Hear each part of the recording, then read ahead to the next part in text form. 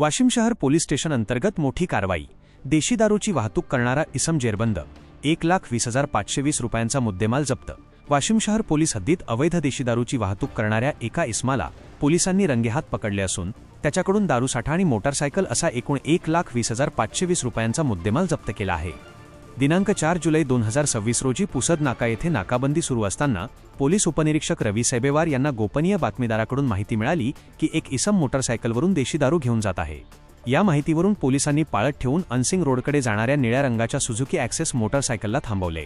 गाड्याची झडती घेतली असता आरोपी विष्णू सुभाष पवार, वय 28 वर्षे, राहणार IUDP कॉलनी वाशिम याच्याकडे 3 बॅगांमध्ये देशी दारूचा साठा मिळून आला। पोलिसांनी त्याच्याकडून टॅगो पंच आणि भिंगरी संत्रा देशी दारूच्या एकूण 744 बाटल्या, किंमत 35,520 रुपये आणि 85,000 रुपये किमतीची मोटारसायकल असा एकूण 1,20,520 रुपयांचा मुद्देमाल जप्त केला। आरोपी विरुद्ध महाराष्ट्र दारूबंदी अधिनियमान्वये गुन्हा दाखल करण्यात आला आहे। ही कारवाई पोलीस अधीक्षक निकेश खाटमोडे पाटील, अप्पर पोलीस अधीक्षक लता फड, उपविभागीय पोलीस अधिकारी रामकृष्ण पवार यांच्या मार्गदर्शनाखाली प्रभारी ठाणेदार पोलीस निरीक्षक किरण दांडगे, पोलीस उपनिरीक्षक रवी सैबेवार, सहाय्यक पोलीस उपनिरीक्षक रवी सैबेवार, सहाय्यक पोलीस उपनिरीक्षक कैलास कोकाटे, पोलीस शिपाई उमेश देशमुख, पोलीस शिपाई कोरडे आणि पोलीस शिपाई महादेव भिमटे यांनी केली। अशा नवनवीन बातम्यांसाठी चॅनलला सबस्क्राईब करा आणि पाहत रहा MH न्यूज मराठी। वाशिम जिल्हा प्रतिनिधी जावेद भवानीवाले।